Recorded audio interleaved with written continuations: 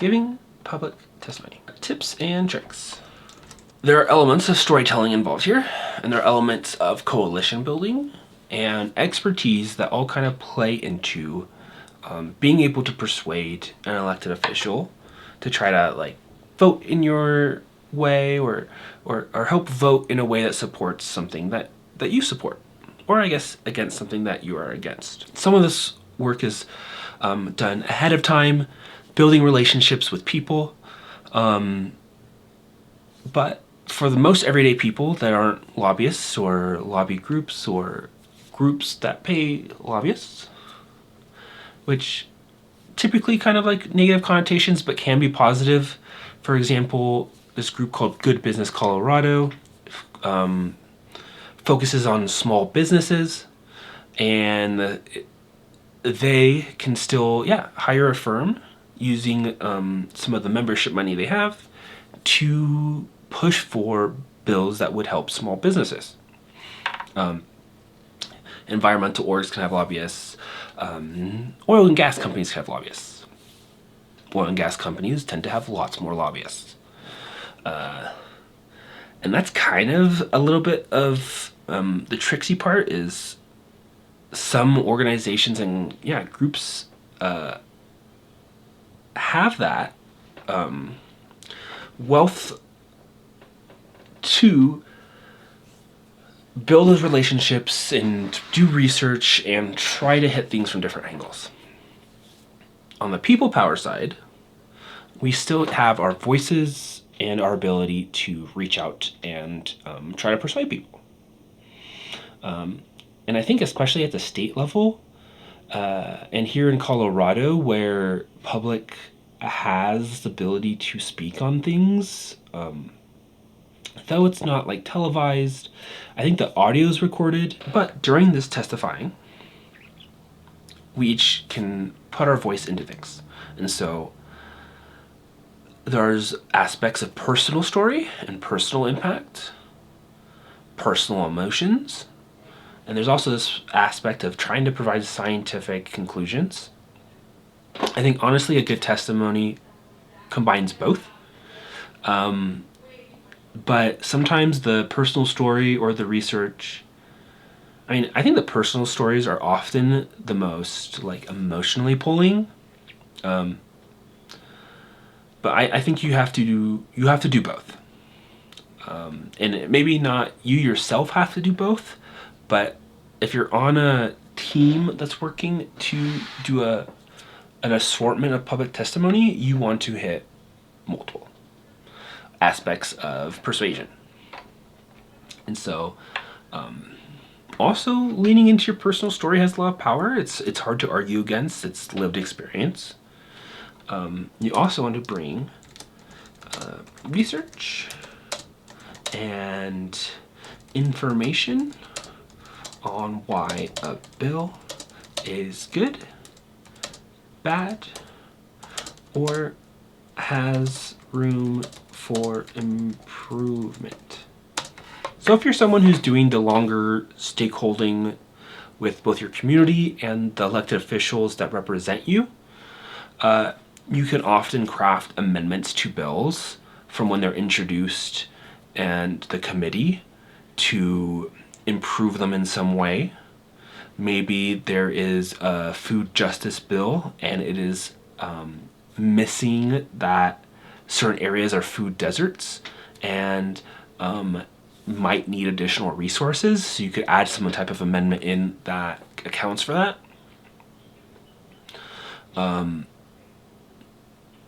Or if you're not doing that, you can still offer those suggestions as part of your public testimony. So I've talked on bills before and I've talked about how I would improve them, and I've added that kind of into my time. Often if you're not doing the stakeholding beforehand, maybe those amendments don't get taken in, because if the meeting starts at 1, public testimony is at 1:30, public testimony ends at 2:30, does people on that dais have a lot of time to chew and like think through what you have to say, or the sponsor of the bill? they have some time, but they're also trying to manage like volunteers, or like maybe there's a specific person who is like holding out on saying they'll support it or not, and so it can happen. But if you're going to make an amendment, it's likely that you want to start doing some work before the day, and writing out and suggesting it through email or the spot or in person conversations how you would improve the bill, and maybe they'll take it, and maybe they won't. But you get your 2 to 3 minutes where you go and speak. And these are kind of like, yeah, the big areas to push on. And so every bill's different.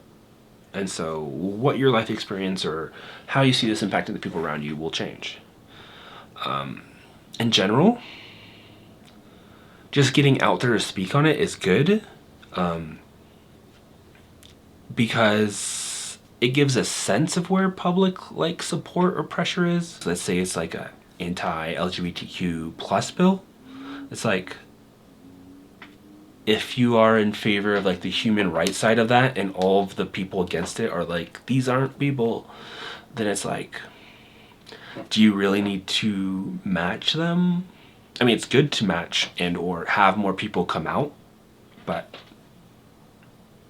the fact that this is a weekday afternoon activity can make it hard to be the in-person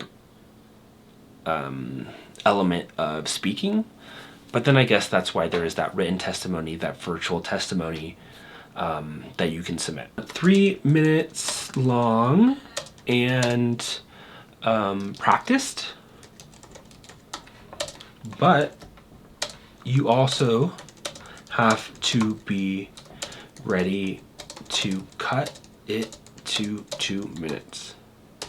I've seen this happen multiple times, and one of the times I wasn't even ready, and I'm just like, okay, I cut out this sentence, I cut out this sentence, and I was like, I think this sounds good. It's missing key elements of like who I am and why I'm speaking about this, but so if you're prepared for like this section is optional, or like maybe your full testimony is like 2.5 minutes and you're like, this sentence is optional, and if it goes down to 2 minutes, I just speak as quickly as possible.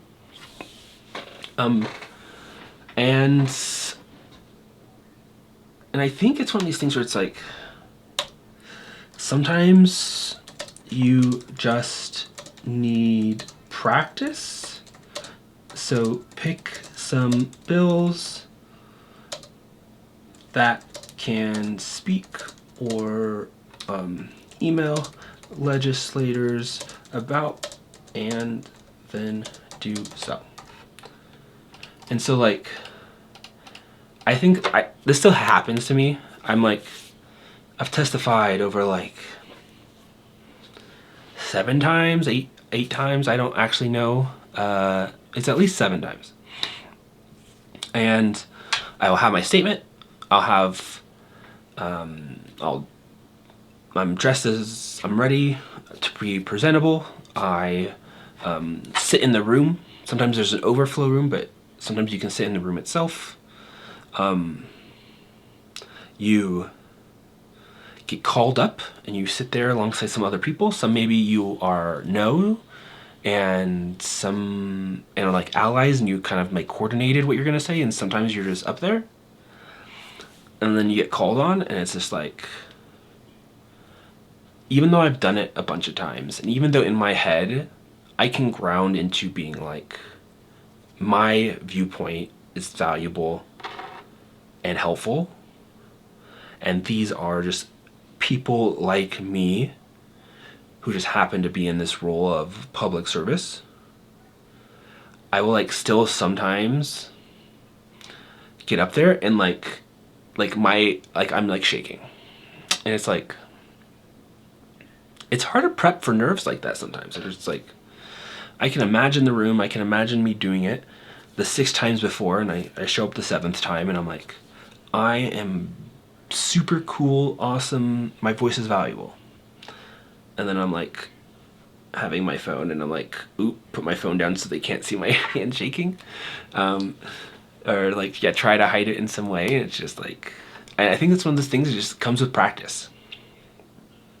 And so if this is something where you're like, I have some time to speak on bills, I have some time to research and show up, do it every once in a while. Find something that you're like, okay, this day I'm available. These are some of the bills coming through committees this day. Or opposite, you'd be like, this is a topic I am passionate about. This committee has these meetings the next few weeks. Any bills on those meetings and that I want to go speak to, and does the day work? Go speak. Because I think it just comes with practice of being able to deliver when in the room versus beforehand. And funny enough, I think it's sometimes more impactful to have one-on-ones with people, which I guess has its own kind of like nerves when you're meeting with like an elected official or like their staff, because you just like, yeah, I want to make a good impression, and that's like, maybe next month we'll do our a little workshop or section of our live stream that's on those one-on-one conversations, how to get them and how you're supposed to like go about it. Testifying is its own skill set that has its own ways of impacting legislative changes. I know not all states have to allow public testimony. So like some states, things can go to committee. The people on the committee itself can be the main leaders of the conversation. And then they're like, the person that's doing the bill can like call up some witnesses. And then they're like, oh, there's a group of 20 people outside that want to speak against this. It's like, we don't have to let them say anything. So thankful for here in Colorado that is different, because you are allowed your voice on every bill. And to the point where if you get enough people together, you can make it go into the AMs of the next day, which is kind of rad. It's kind of crazy when you're like trying to help out on those bills and you're like, this is a lot of energy time sink. But sometimes it's like foundational or important things that you want to show that there's that level of support for. To push back against the smaller group of paid people that are there from a certain org or company to fight for that group's interests. And anything else I want to say in testimony. It's 3 minutes long in practice. And practice / time it for yourself. But you also have to really cut 2 minutes.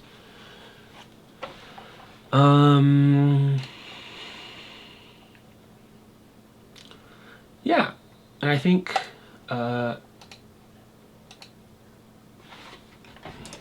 work to present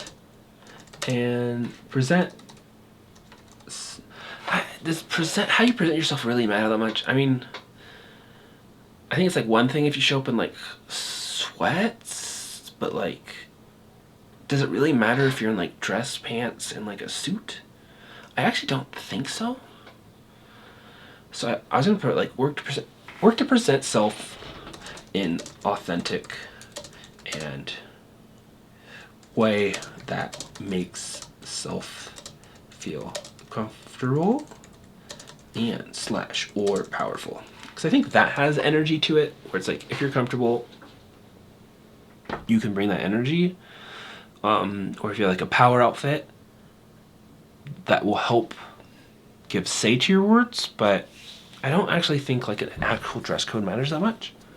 I guess it's dependent on who's on that committee. Some people give that more emphasis and like will make those like subconscious or like automatic thoughts But I think as long as you're feeling comfortable and powerful, that is fine. And yeah, I just say like be passionate about subject, and more can pull emotional impact of decision, the better. We are human, and what that means is it's often not actually like more facts that change things. I think there's a type of person who really looks for the science and what is the scientific thing that like improves the situation where possible. But I actually think like on a deeper level, we're ran by emotions, and so when it comes to persuasion, that is more important, or at least is important to tie in to the more research-based pushes. Tips. We don't need tricks. I like tricks, but you know, whatever.